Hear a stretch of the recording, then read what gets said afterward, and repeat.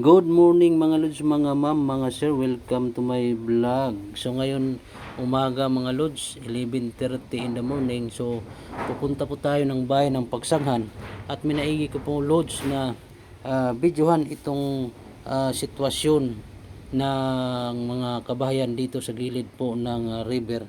Itong pagpapatuloy po ng itong LPA, no? Nasa kasalukuyan ngayon na nakakaranas pa rin ng maulan at may kunting hangin, at itong mga kabayan kung sasakali pong mga lods na maging ganap po ng bagyo yung LPE na yan mga lods, itong unang-unang maapektuhan itong mga kabahayan na sa gilid po ng river ng Pagsangan dahil sa sitwasyon ngayon mga lods, at dahil sa high tide at yung kanilang sahigo, at titingnan po natin mga lods, lapit-lapit na po umabot sa kanilang side. Kaya kung sakaling maging ganap na bagyo, baka kinailangan po talaga mga lods na mamonitor, no, itong mga kabahayan na sa gilid ng river mga lods. Sa pier at itong mga pasaheros nagantay po sila. So hello guys, magandang umaga. So ngayon meron tayong makapanayam ng taga-rescue ng Pagsangan, kanilang sinasagawang paghahanda. So ating interviewin kung ano itong kanilang mga ginagawa sa ngayon. Okay, rescue. So sir, ikaw po yung rescue ng Pagsangan. So ano ang instruction na gawa yung preparedness, lalo na yung mga kabahayan na sa gilid ng ilog? Ano ang ginagawa nating plano? Once na may makita ng sign, pwede mo yung sign. Yan sign. So ito guys yung sign, no? Ini ano ba kulay to? Brown? Oh, kulay Kailangan brown, no? ready na para evacuate. Oo. Ang mga lugar ng mga magkakang lugar. At program Plano. So ibig sabihin ito ngayon guys, so nasa kulay yellow yung level ng dagat. So ibig sabihin ano po sir yung kulay yellow? normal pala ito yan. Bali ito man yung yellow warning. Yan yung warning. So ibig sabihin hindi pa talaga delikado, risky. So sabi mo nga pag umabot ng kulay brown or kulay pink, ibig sabihin na talaga yung ready pa lang. pag umabot ready to evacuate for kung sa pink. Pero pag dito Sa pink evacuation force talaga. So paano ang gagawin in case na may mga tao talaga na ayaw talaga iwan yung kanilang bahay, ano ang inyong gagawin, no? Pag-evacuate para sa kaligtasan. Para sa kaligtasan talaga. So particular in barangay Bangon, no? Bangon, Gambaye. At ito dito la sa gilid, no? So yung guys, ito yung mga rescue nakantabay rito. Rescue Ganansas, si Bro and Lido nimo Cabo si Sheriff Cabo. So yung guys, the meantime ito yung ating sitwasyon dito sa bayan ng Pagsangan. Makita natin, no, talagang napaka lakas ng agos ng tubig dahil yung tubig mga kalods, mga kasir galing doon sa bandang Iraya, Gandara, Tanore, kung saan dito talaga lahat ng pagsakyan yung tubig na yan. Kaya ito naiipon dito, kaya malakas yung agos ng tubig. Makita natin, no, naglalakihan ng alon. Kita natin yung lalakihan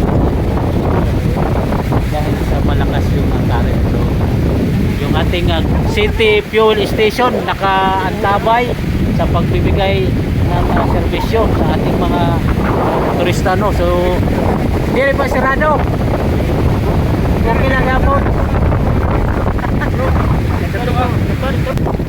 Guys, dito tayo sa city fuel gas station, no?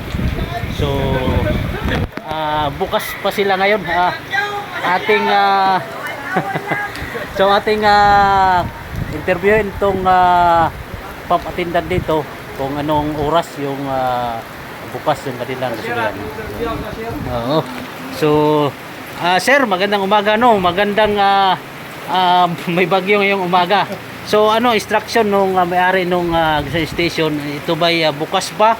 At kasi malaking tulong rin to sa ating mga motorista na nangangailangan ng gasolina sa ganitong panahon. So, ano ang oras ng bukas nyo?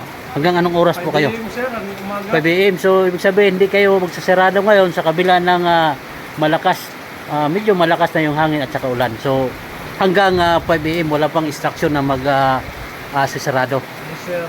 Okay, so ito guys, so ito yung ating mga senior. Hindi pa ano, bumaba. Hindi pa baba. Open pa rin to. Oo, so yung guys, yung pang attendant as per advice ng may-ari ng gasolinahan, bukas sila hanggang alas 5.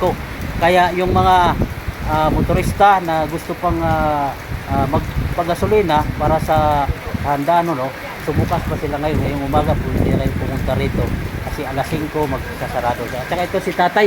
Tay, ano ang ginawa mo rito ngayon? Dahil kahit maulan, nandito ka sa Pier 2. Dahil ako sa San Jorge, nag-bike lang ako papunta na, nakarating pa lang. Oo, mayroon ka bang minumunuter ng mga sasakyan? Nag-ano lang sa... Wala kang bangka?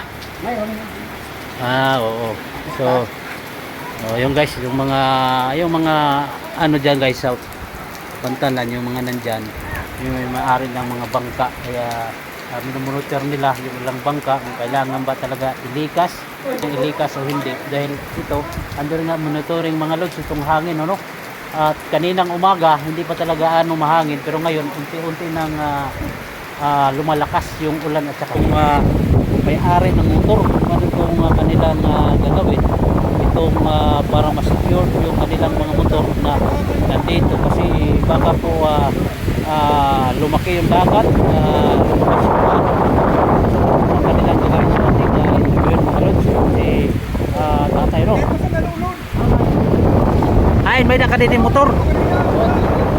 O ano atong himo niya na nga nakusog man ang hangin. Ano lang eh, kurubas man. Rubas. So di baga para mo hindi siya delikado yung sitwasyon ng motor. Yan, kaya babas mo na kung iikot. Ibalhin na lang nimo. Balik ko na lang. Oo, so mayroon lang siya guys sa didi motor. So ni mahubas ko no. So dire pa ko no kailangan guys na kailangan pang ilipat yung motor kasi hindi naman pa magwas na. Ibig sabihin pag naghubas siya, dire pud pa siya delikado. Hindi na kuha kaya. Dagat dito na. So guys, makita natin yung motor ito. Talagang tinanggalan niya ng ibinaba yung kanyang tulda. Ito po yung may-ari. Bakit mo binaba yung tulda ng motor mo? Para dire ba sa taba ng hangin. Hindi maguba. Oh, so sa palagay mo yung motor na linagay mo diyan, ito ba ay safety na o kailangan pang ililipat? Dito na ilipat yan. Safety na.